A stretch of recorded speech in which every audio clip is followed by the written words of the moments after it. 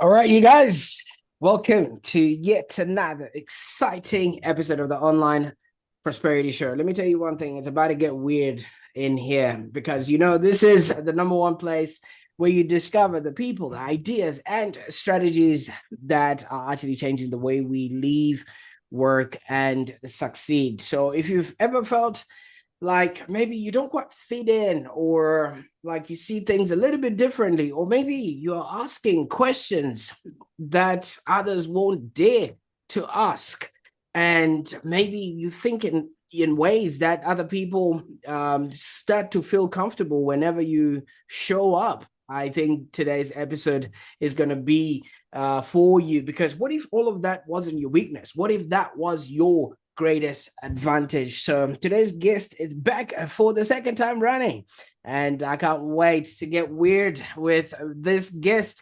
And I think this is going to be one of those episodes where, if this is your first time around, you want to make sure that you are subscribed, because you don't want to miss out on what's about to come through.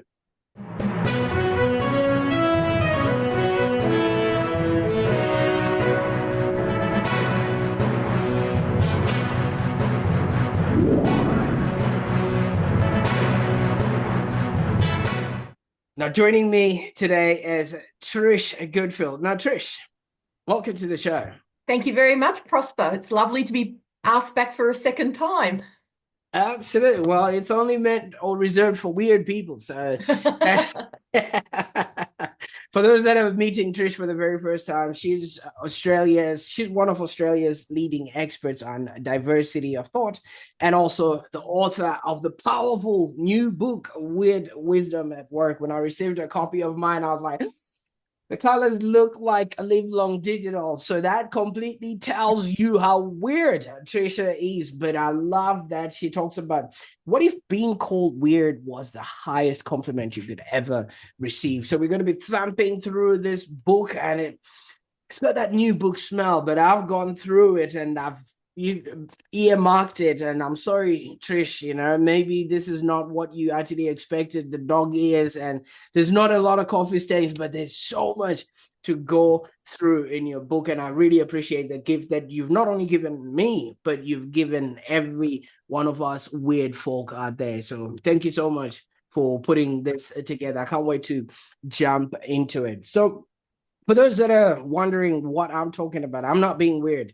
See, when when Trish was actually called weird during a meeting for asking questions that nobody else would dare ask, she didn't take this as an insult. Some of us would have literally, I don't know, gone to Fair Work or things of that nature, but she literally used that to now create what she's now helping other people figure out. And she took it as a clue. And that moment actually sent her on a journey that would eventually become a movement, helping organizations unlock innovation, resilience, and also make better decisions and healthier cultures. You might be wondering, how do I know all of this? Because when we went through, the first episode with Trisha, I thought she was weird, but she got me to understand exactly what it is that she is doing, and now I'm sold. Okay, so if you've ever been told that, hey, maybe you're too much, you're too different, you're too curious, or you're too unconventional, or just simply weird, this episode might actually change how you see yourself forever. Now, Trish, I mean, obviously we've had you on the show before, and I really am excited to have you back. But I'm starting to think that maybe whenever you've spent decades, right? Helping organizations think different.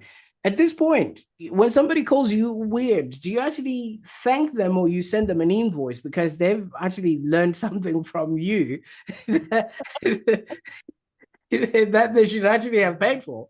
I guess I do both. I say thank you, and hopefully the invoice follows when they see the benefit in embracing their weird wisdom and helping their people embrace theirs. Absolutely. Now, for those that obviously are hiding from under whatever internet rock that they are, I mean, just give us a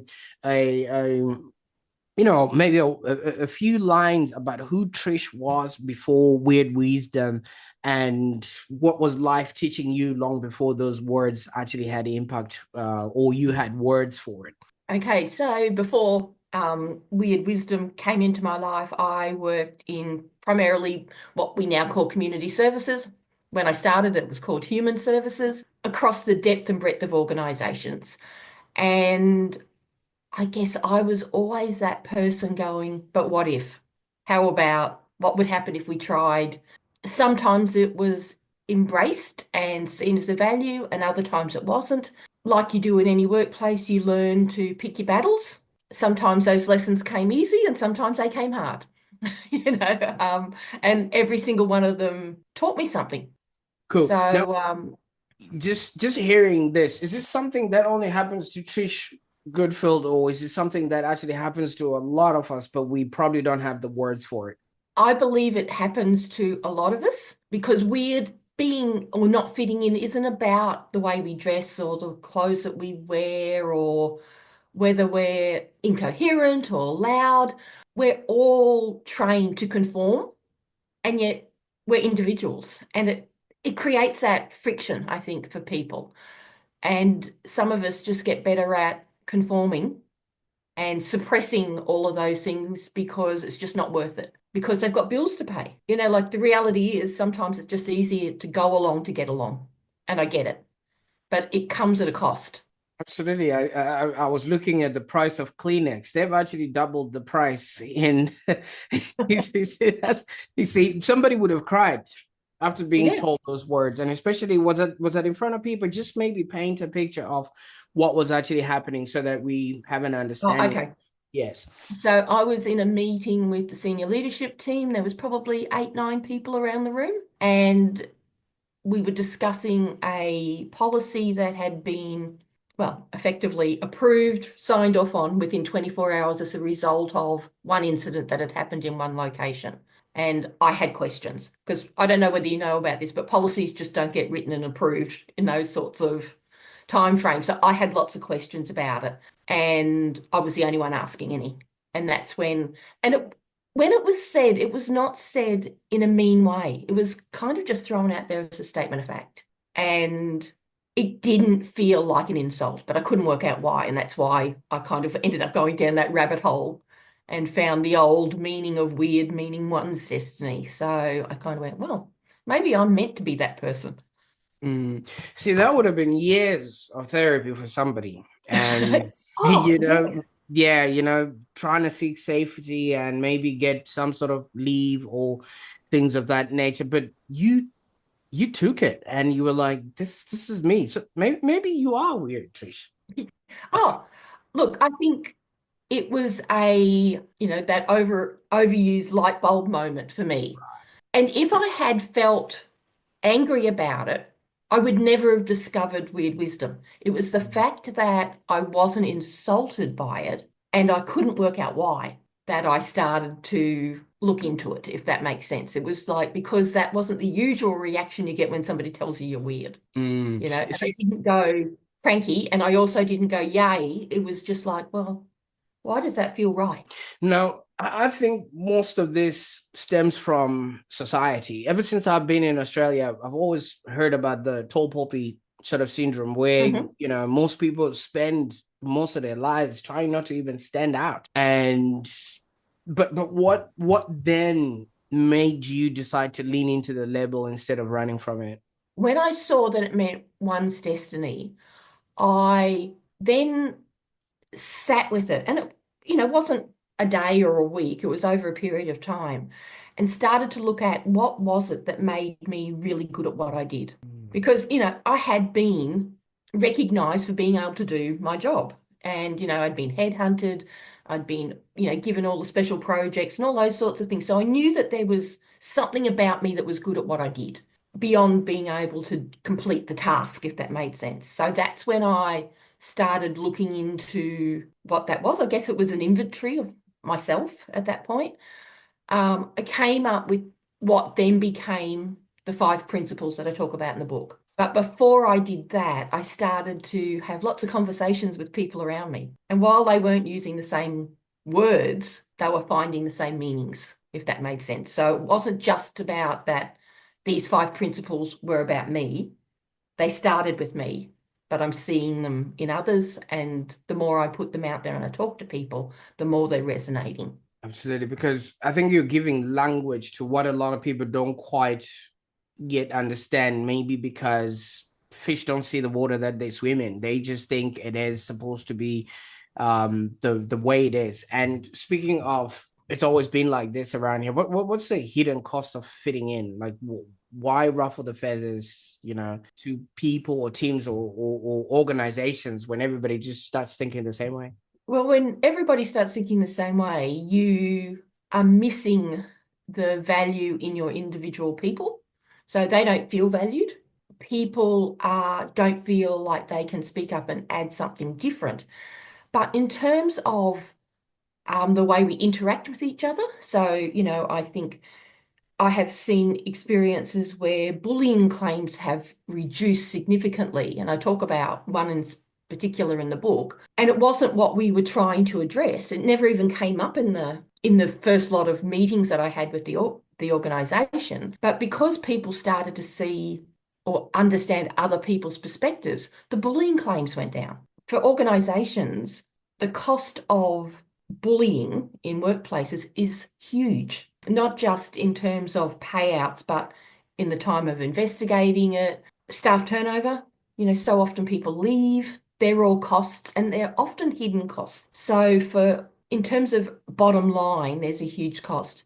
But the other thing is too, you're always, from an organization point of view, you're staying with what's always happened, and then suddenly the world moves on and it seems like it's a sudden shift and you're paying catch up. Where maybe if you had been exploring the unconventional, having conversations, exploring different perspectives, you may have seen some of these things and been on the front foot. You may have even been the one creating the changes.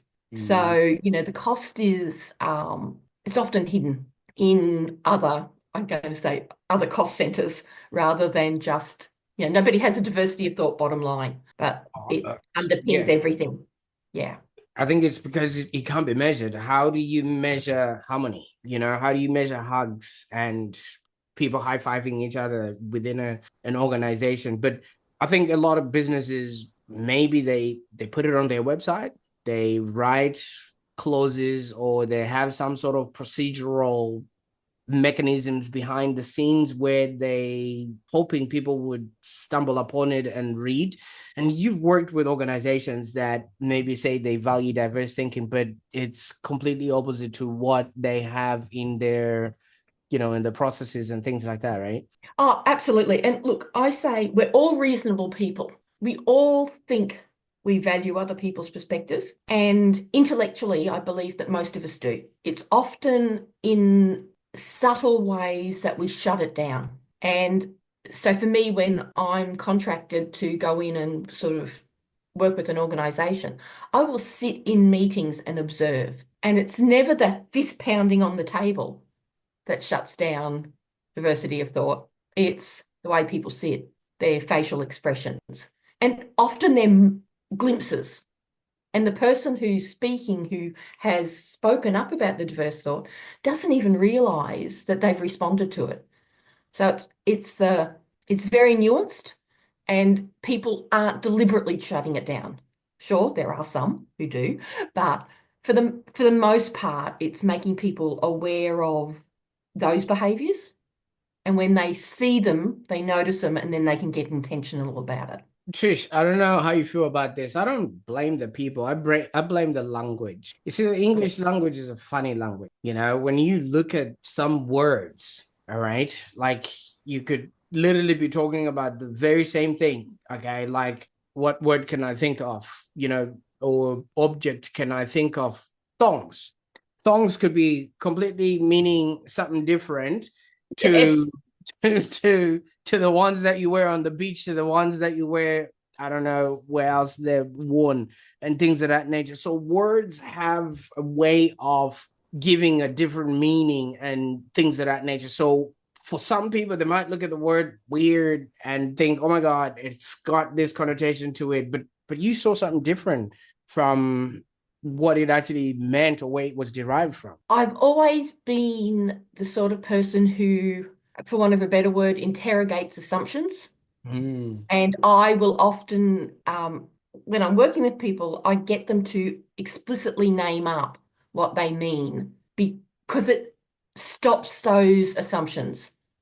And people can then continue with a shared understanding. And in organizations, it happens all the time. I did an exercise with one group of senior leaders, like in the executive team, and just picked some random words off their website and asked them all to write one word that meant that word. And not one of them had the same meaning. okay. And when I said, they're off your website, and this is you guys talking in a room, how do you think that then filters down to the person on the shop floor, on the factory floor, the person who's delivering the direct care, who was the delivery driver who was so far removed from an opportunity to do this?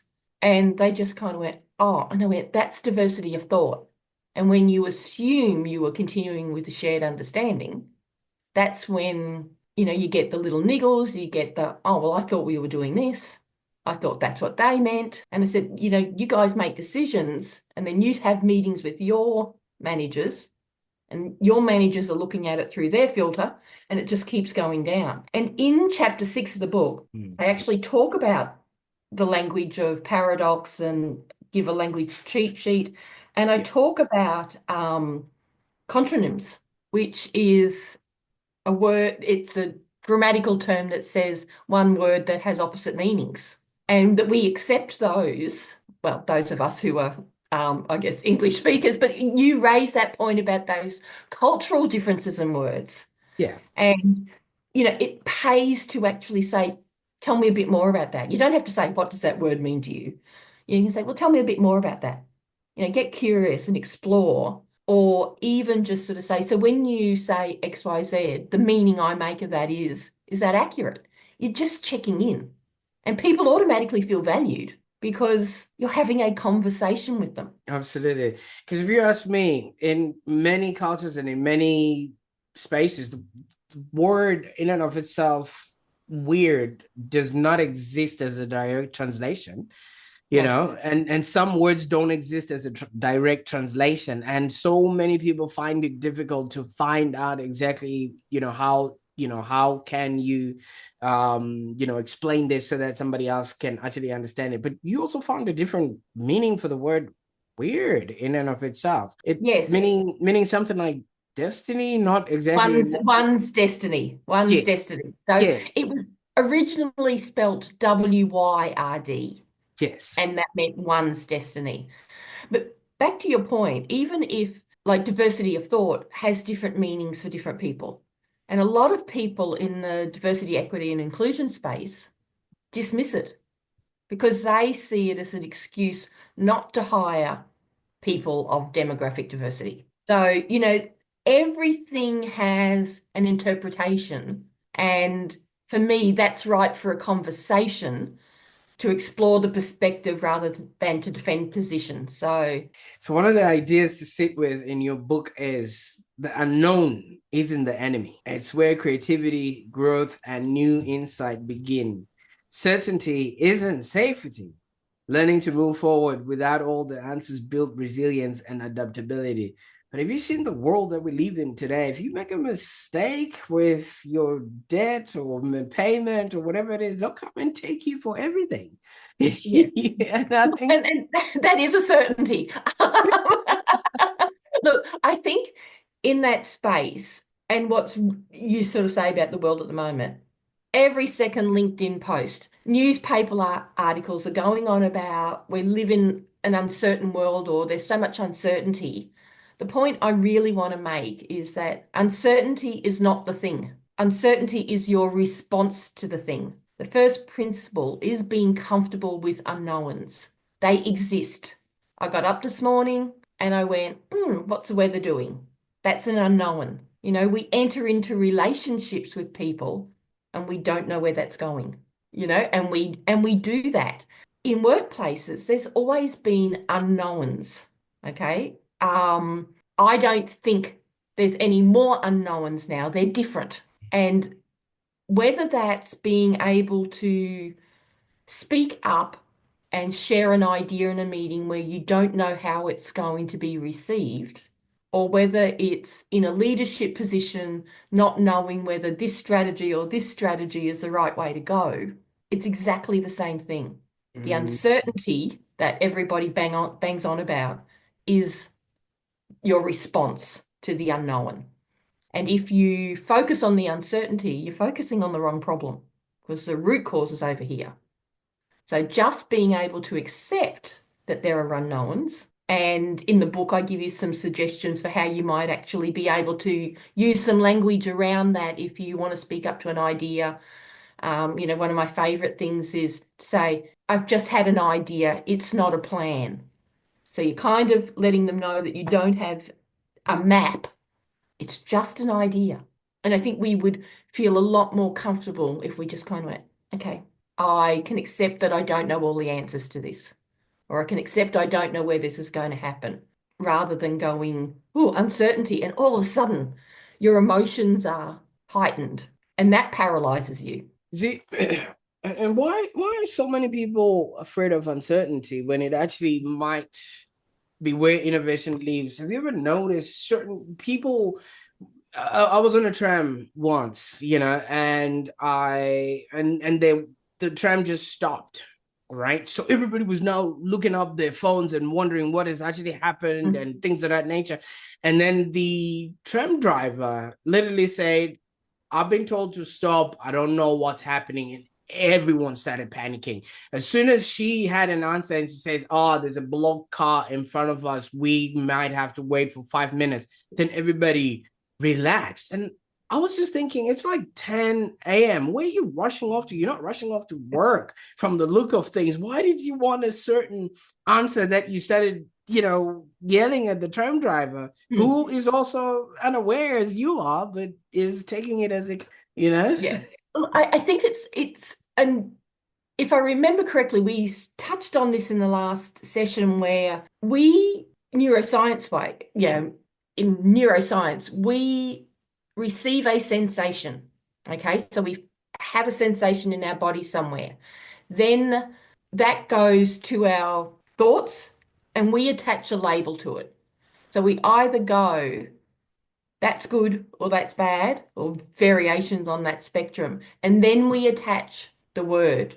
So for me, I might sit there and go, well, that gives me another 10 minutes to read my book, where somebody else is going, I'm going to be late for my appointment. Neither are right or wrong, but it's the way that when we get that sensation about how we attribute that. And it's often that we go, oh, I've just had this, oh, and we don't pause because it happens quicker than I can click my fingers.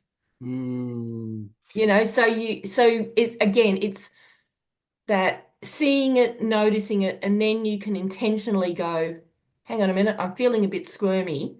What's that meaning? Is that excitement or is that nerves? You Right. know, yeah. Right.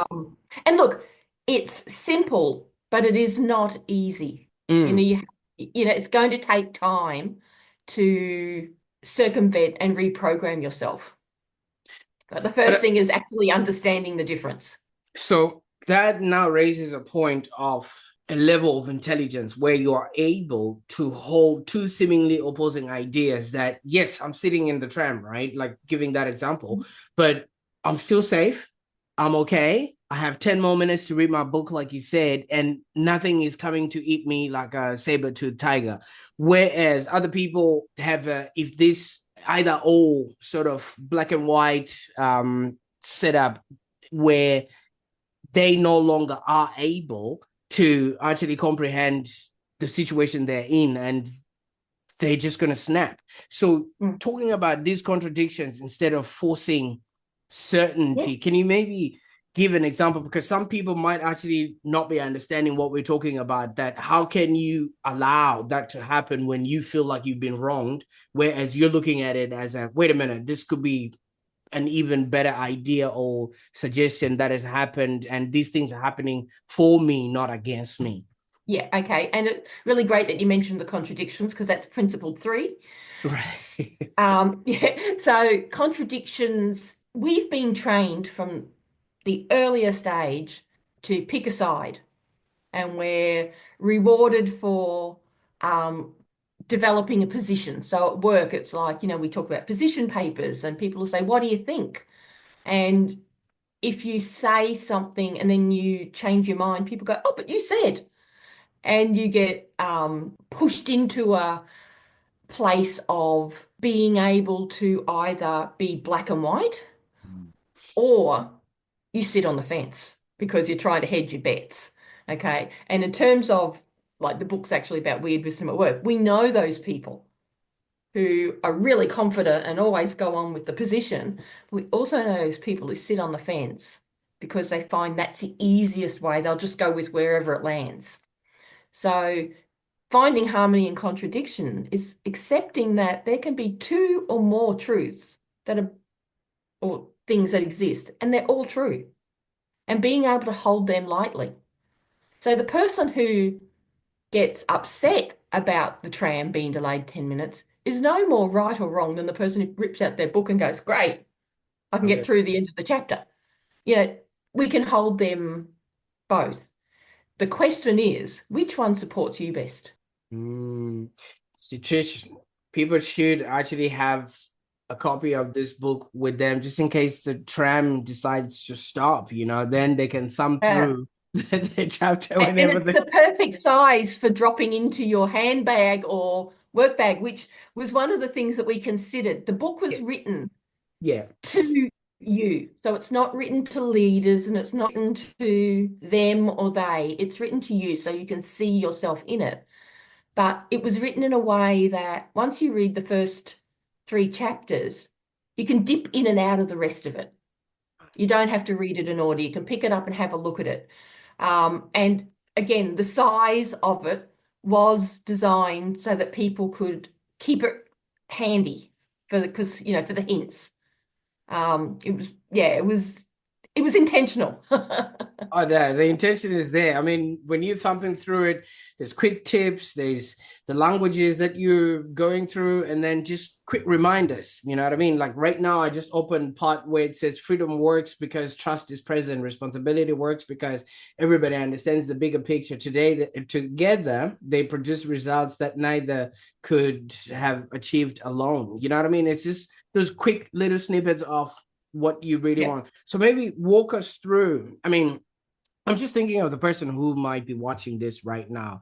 yeah, Maybe they've spent years being told you're too different, or maybe they've been overlooked just because, they challenge the status quo a little bit and they're already being put in that too hard basket. You know what I yes. mean? Or maybe they're just sitting in meetings right now and they're just wondering whether to stay quiet or raise their hand or, say something about it. What would this book do for them? The book will affirm that there's nothing wrong with them. They are not alone, that they could guarantee that everybody else around that table, because when you embrace your weird wisdom, you have to accept other people have theirs. But it shows up differently. So we all bring our best strengths to the table. I have developed, I've got a cheat sheet for people that they can download, that they can put if they're in a hybrid meeting, split screen. They could put it on their phones, they could print it out and take it into the meeting with them. And it gives them some language to ask the questions or to raise a point or to explore a perspective. Because I think that's often the case is that people feel, "Oh, I can't say that," or "I don't know how to say that," or "the last time I tried that, in 1962, it didn't work out," or whatever it might be. And look, and they're all valid responses. What I've done is give people some prompts to start so that they can try it out. I recommend that people practice saying them out loud so that the first time they hear those words come out of their mouth isn't in the meeting. It's actually they've heard themselves say it, and that maybe they play around with it a little bit so it sounds like them, not like they're reading the question. But that helps people put it into practice. And you're not trying to change everything all at once. when we go into a meeting, we, read the agenda. We check anything that's come out beforehand. Go into the meeting with an intention to ask a question. Maybe you go into a meeting to support somebody else's idea. Maybe that's your intention. Um, it might be that if somebody else is shutting down an idea, that you say, "Oh, can we just explore that a little bit more? There might be something in there." It's not about changing everything about you all at once, because that's just too hard to sustain. And it's a bit like when you go to gym for the first time in 6 years and you go, "Oh, I'm going to get at this." And the next day you're walking around like, "Oh," you got to do it slowly. You got to give yourself a chance to succeed and to stretch those muscles and make them stronger. So you just don't start by lifting all the heavy things and No, no, and it's exactly the same with this. I really want people to, just nibble around the edges, just see Mm. where it fits for them. Don't try and change everything all at once. It's too hard. Because it gets overwhelming, and once you're overwhelmed, you can't explain yourself, and when you can't explain yourself, everybody will just overlook whatever idea you came with because they're not understanding you, just simply because you haven't understood yourself to start off with. So this checklist, obviously, this is something that I can put a link in the show notes, right? Oh, Then absolutely. I'll send that to right? you. No, it's Oh. actually it's a cheat sheet. So it gives you, I think there's 6 little categories with maybe 5 or 6 prompts that you can choose to use. And as I said, people just, I've got clients who have downloaded it and they have it on their screen and they can Mm. just glance at it and go, "Okay, I've got that in my head. I'm good for this," and they just go off and use it. It just Mm. reassures them. And before long, they're not using it at all. They've got the confidence. Now, Trish, if people embrace this, I'll make sure that those links are in the show notes. If people embrace this weird wisdom, do you think there will be harmony in the workplace, or is that just a pipe dream? I believe that it will improve if when individuals embrace it. So I don't believe that everything is the responsibility of leaders. I Okay. believe we as individuals have agency to change the way we interact. Now, if I'm the only person checking assumptions, listening for perspectives, asking for clarification, um, being the weird one, then my ability to change that whole workplace is probably slim to none, let's be honest. But you might be able to influence one other person, and then there's 2 of you. And then, that ripple effect. Where it does grow is when I'm brought in as an organizational person. So when I'm actually brought in and I can work with the whole of the organization around it, it does make a difference. But if it's an individual, yes, you have agency. You can make your own circle of control, the people that you're interacting with. You can make a difference. And for an individual, where I think it's really valuable is less about the harmony, but about the contribution. So, as I'm going to say, income security, not job security, because not all of us have jobs. Income security is a worry for a lot of people with AI and the job losses around that. Mhm. What AI cannot replace is our ability to see nuance, to be able to, feel comfortable with the unknown. We know AI rushes to fill in the gaps, just make stuff up, but if we can be comfortable with the unknowns, the contradictions, learn from the failures, ask those questions that explore norms, then we become valuable. Workplaces will want to keep us around because we're the ones contributing what AI cannot. So when people can do that, they're increasing their ability to contribute and their value in the workplace. So even if they're not thinking about everybody being best friends at work, it's about the value you bring. Mm. And if AI cannot do your thinking for you. Absolutely. And with that also in mind, isn't that actually creating a reason why the valuable thinkers are actually not contributing because they're afraid if they then do that, the threat of AI lingering onto their jobs might actually become a reality, because I think a lot of organizations are actually accidentally silencing their most valuable thinkers by not bringing them along because Yep. yeah. Oh, absolutely. And it's always happened. Mm, The thinking's always happened on the, in the corner offices where, and I guess everybody could go and pull out an example of some sort of policy or a product that was developed, but the people on the floor are going, oh, that's not going to work. But nobody ever asked them. And then all of time that's been wasted with rework. If it's up to us to be able to share our contribution, that's where the wisdom part comes in. It's only wisdom if you use it and share it. I say that in the book. So if you mm, keep it to yourself, then it's not valuable to anybody. And they're not going to see that you are contributing. And right. how you contribute is going to be different in not just in every workplace, it's going to be different because we're different, but we need to find a way of doing that. Absolutely. Yeah. And the reality is we deal in hierarchies and our immediate hierarchy, our immediate manager may be fearful for their job. Yeah. So they just want to keep everything nice and smooth. So sometimes you kind of need to take a risk and have some of these conversations more broadly than just with your line management. Absolutely. Now, with what you've created and the people that you're working with, what sort of results are you coming across in organizations that you're helping for people to actually realize this?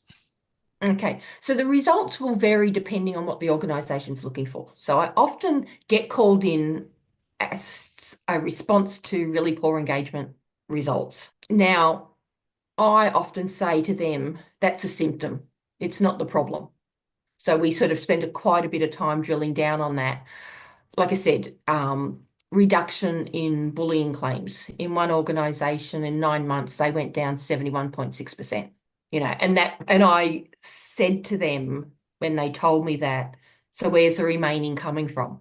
And it was coming from the people that we hadn't got round to training yet. They had already done that work. I then got them to articulate the cost of that, how much they had saved by not doing that, because I wanted them to not just think this is a nice to have. I wanted them to be able to link it to their bottom line, because everything is a cost.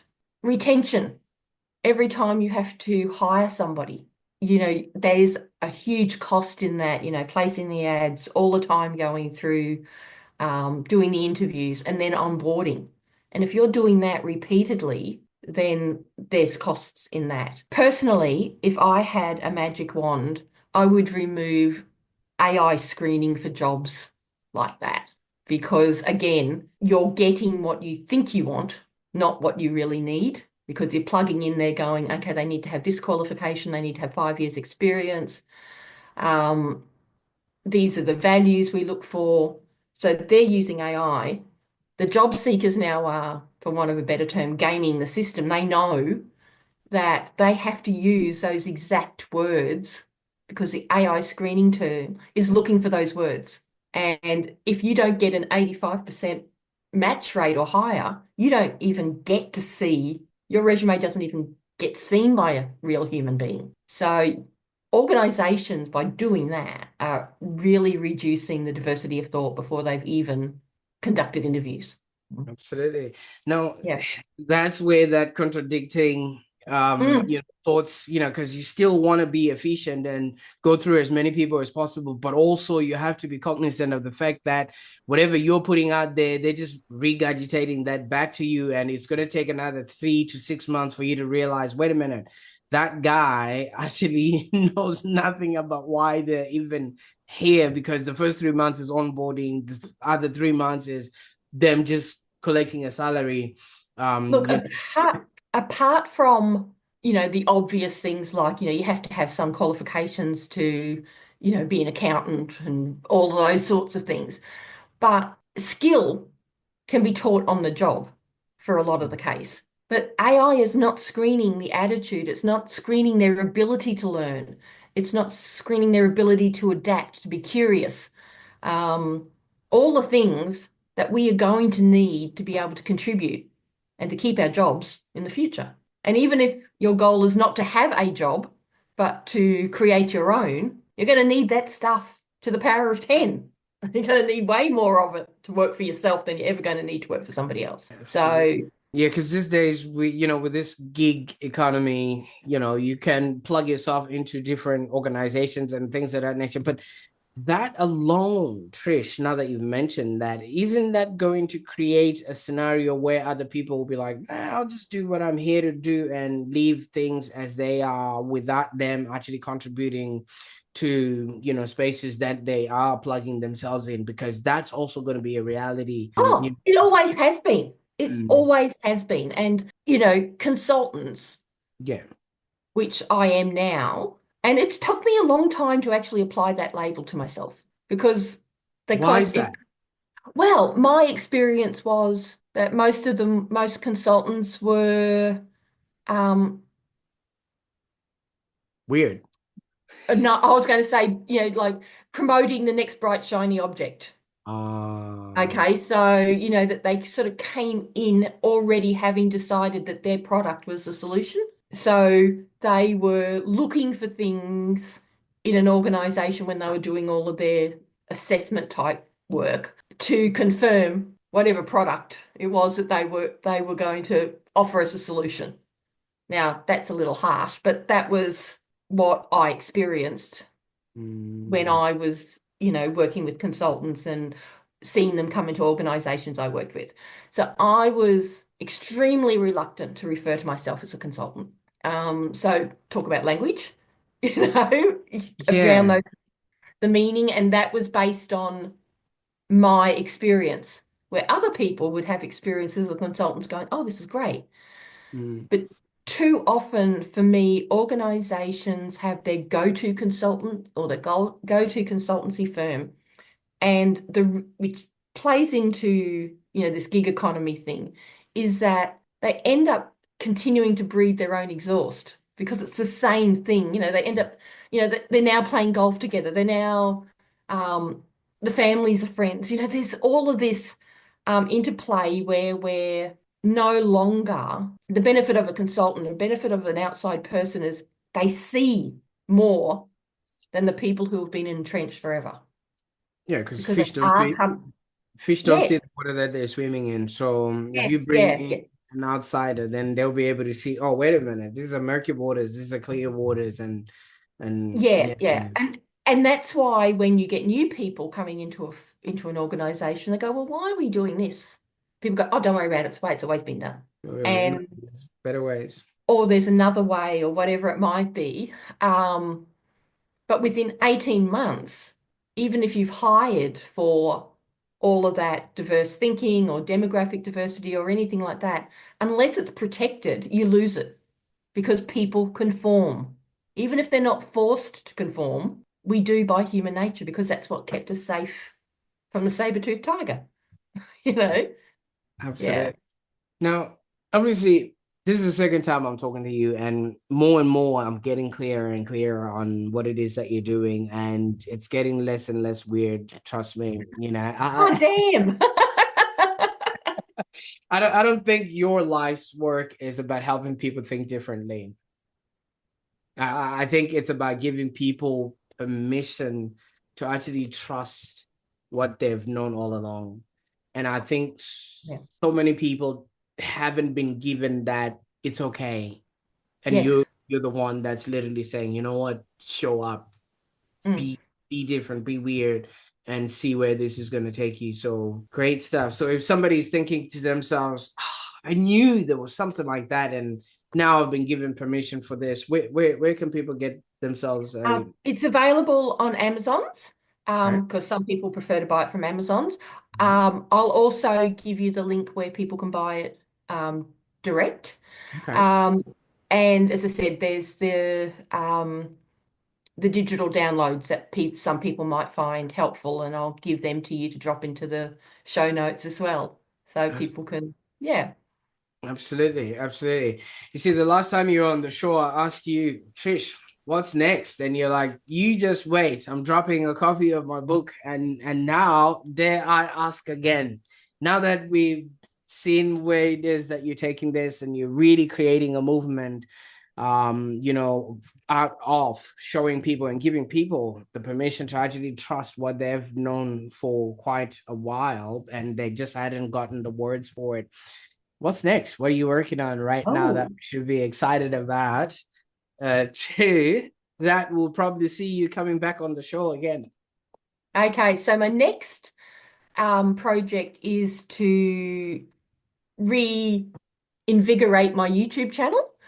So I literally, when I get off here, I'm going to finalize and start uploading to YouTube a 11-week series, literally about weird wisdom at work. So just a little bit of information. I mean, the book will still stand alone, but just a little bit more information. And I have the outline for the second book, the next book, which, yes. So that's in the offing, me sitting down with my tea tea drinking cup that I use when I'm writing and getting stuck into writing the next book in the Weird Wisdom series. Well, you know what that means. Whenever it's ready and I see it showing up on my doorstep, I'll be sending you an invitation.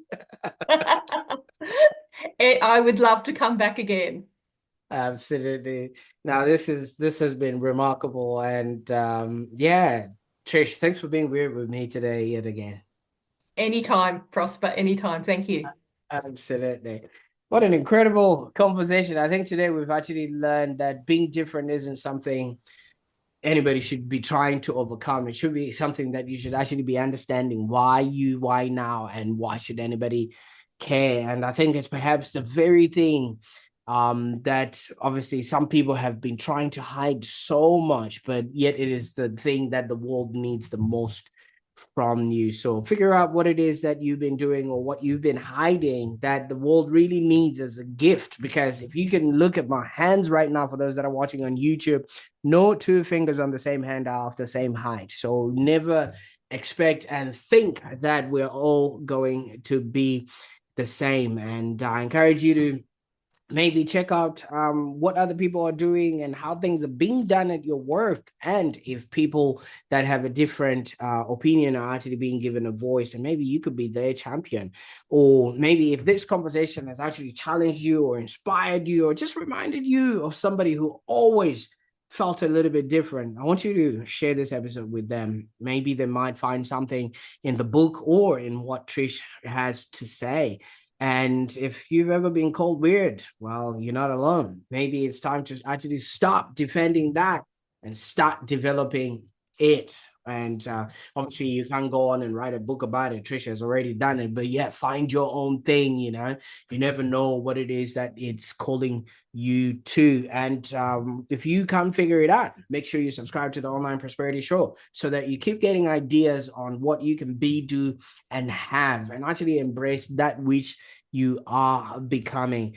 Until next time, here's my challenge for you. I think this week alone, I want you to maybe notice one place where you've been shrinking yourself and you haven't been really putting yourself out there, or you've been trying to fit in, and ask yourself, what could happen if I actually trusted my weird wisdom instead? What if being called weird was the biggest compliment you could actually ever receive? I don't know what you're going to do with this information. Until next time, bye for now.